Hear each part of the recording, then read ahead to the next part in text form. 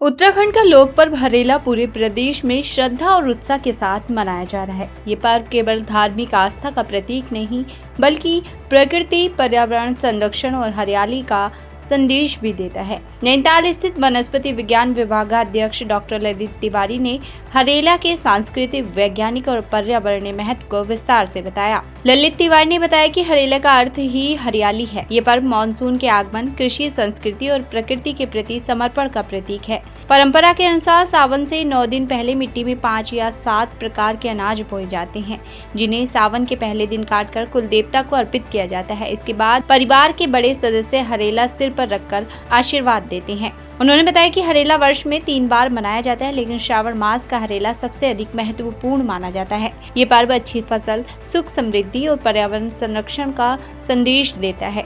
इस अवसर पर पौधारोपण भी किया जाता है, जिससे जल संरक्षण, मिट्टी का कटाव रोकने और जलवायु परिवर्तन जैसी चुनौतियों से निपटने में मदद मिलती है। डॉक्टर तिवारी ने कहा कि यदि प्रकृति स्वस्थ रहेगी तो मानव जीवन भी स्वस्थ रहेगा। पेड़ पौधे कार्बन डाइऑक्साइड को अवशोषित कर ग्लोबल वार्मिंग को कम करने में महत्वपूर्ण भूमिका निभाते हैं।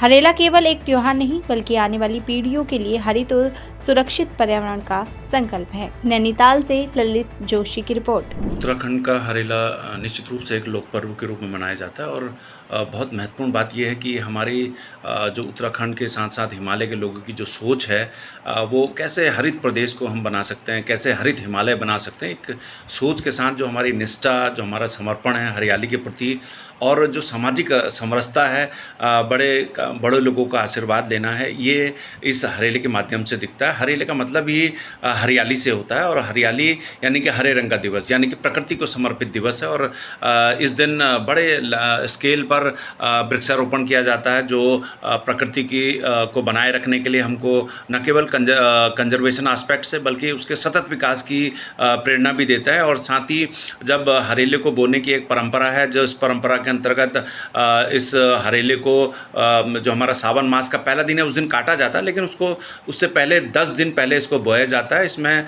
5 से 7 प्रकार के जो सीड्स हैं उसको लिया जाता है। वैसे इसको टेस्टिंग ऑफ सीड्स भी कहा जाता था, लेकिन इसमें सरसों के बीज, गेहूँ, धान और मक्का इत्यादि के बीज, गेहूँ और भट भी इसमें शामिल किया जाता है। उनके बीज इसमें लिए जाते हैं और उनको एक टोकरी में, मिट्टी की टोकरी में या गमले के रूप में जो लेयर रहता है उस पर इसको लगाते हैं। और 10 दिन पर जिसका हरेला जितना बड़ा होगा उसके पास उतनी खुशहाली आएगी, ऐसा माना जाता है। और साथ ही ये भी दिखाया जाता है कि जो सावन का महीना है उसमें ये शुभ दिन में ये काटा जाता है और सभी के आशीर्वाद स्वरूप कान के ऊपर रखने की इसको परंपरा है।